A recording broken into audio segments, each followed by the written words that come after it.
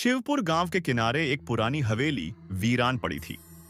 लोग कहते थे कि वहां रात को अजीब सी आवाजें आती हैं, कभी किसी के चीखने की, कभी हंसी की, और कभी कभी तो ऐसा लगता था जैसे कोई सीढ़ियों पर दौड़ रहा हो। उस हवेली को काली हवेली कहा जाता था। गांव वालों का मानना था कि जो भी उस हवेली के पास गया वो कभी वापस नहीं लौटा। लेकिन दो दोस्त, राहुल और दीपक, जो शहर से छुट्टियों में गांव आए थे, इन कहानियों को सिर्फ अफवाह मानते थे। एक रात गांव में बिजली चली गई। मोमबत्तियों की रोशनी में दोनों दोस्तों ने तय किया कि वो काली हवेली को खुद जाकर देखेंगे। आधी रात थी, आसमान में काले बादल छाए हुए थे, हवाएं तेज चल रही थीं और पेड़ों की शाखाएं अजीब सी आवाजें कर रही थीं। दोनों दोस्तों ने टॉर्च लेकर हवेली का रुख किया। जब वो हवेली के पास पहुंचे तो दरवाजा अपने आप ची या की आवाज के साथ खुल गया। दीपक ने मजाक में कहा, शायद हवेली ने हमें बुलाया है। अंदर घुसते ही एक ठंडी लहर उनके शरीर से टकराई। टॉर्च की रोशनी में दीवारों पर खून के धब्बे जैसे निशान दिख रहे थे। एक पुरानी तस्वीर दीवार पर टंगी थी, एक महिला की, जिसकी आंखें जैसे उन्हें घूर रही थीं। जैसे ही वे सीढ़ियों से ऊपर चढ़ने लगे, पीछे से दरवाजा जोर से बंद हो गया। दोनों डर गए लेकिन हिम्मत नहीं हारी। ऊपर जाकर उन्हें एक कमरा मिला, जहां फर्श पर पुराने अखबार और एक फटी सी डायरी मिली। डायरी के पन्ने खोलते ही एक अजीब सी हवा चली और कमरे का तापमान बहुत कम हो गया। डायरी में लिखा था, मेरा नाम रुक्मिणी है। मैं इसी हवेली की मालकिन थी।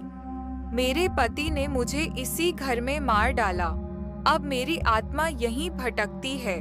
मैं इंसाफ चाहती हूँ। राहुल ने जैसे ही अंतिम पन्ना पढ़ा, कमरे की खिड़कियां खुद ब खुद खुलने लगीं और उस महिला की तस्वीर से खून बहने लगा।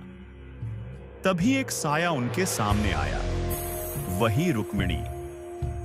उसके चेहरे पर दर्द और बदला दोनों दिख रहे थे। रुक्मिणी की आत्मा ने बताया कि उसका पति ठाकुर रणवीर सिंह हवेली के तहखाने में आज भी मरा नहीं है। वह काला जादू करके अमर बना बैठा है। अगर तहखाने में जाकर उसकी जादुई मूर्ति को तोड़ दिया जाए तो आत्मा को मुक्ति मिल सकती है। राहुल और दीपक ने हिम्मत करके तहखाने का दरवाजा ढूंढा और अंदर घुसे। सैकड़ों खोपड़ियां और एक विशालकाय मूर्ति थी। जैसे ही उन्होंने मूर्ति को तोड़ा, एक जोरदार चीख हवेली में गूंज उठी और हवेली हिलने लगी। धीरे धीरे सब शांत हो गया। बाहर निकलते ही उन्होंने देखा कि हवेली अब पहले जैसी डरावनी नहीं लग रही थी, मानो कोई बोझ उतर गया हो। अगली सुबह गांव वालों ने पहली बार देखा कि काली हवेली की खिड़कियां खुली हैं और अंदर से धूप निकल रही है। राहुल और दीपक ने रुक्मिणी की आत्मा को मुक्ति दिलाकर न केवल एक डरावनी कहानी का अंत किया, बल्कि गांव वालों को भी वर्षों पुराने डर से मुक्त किया।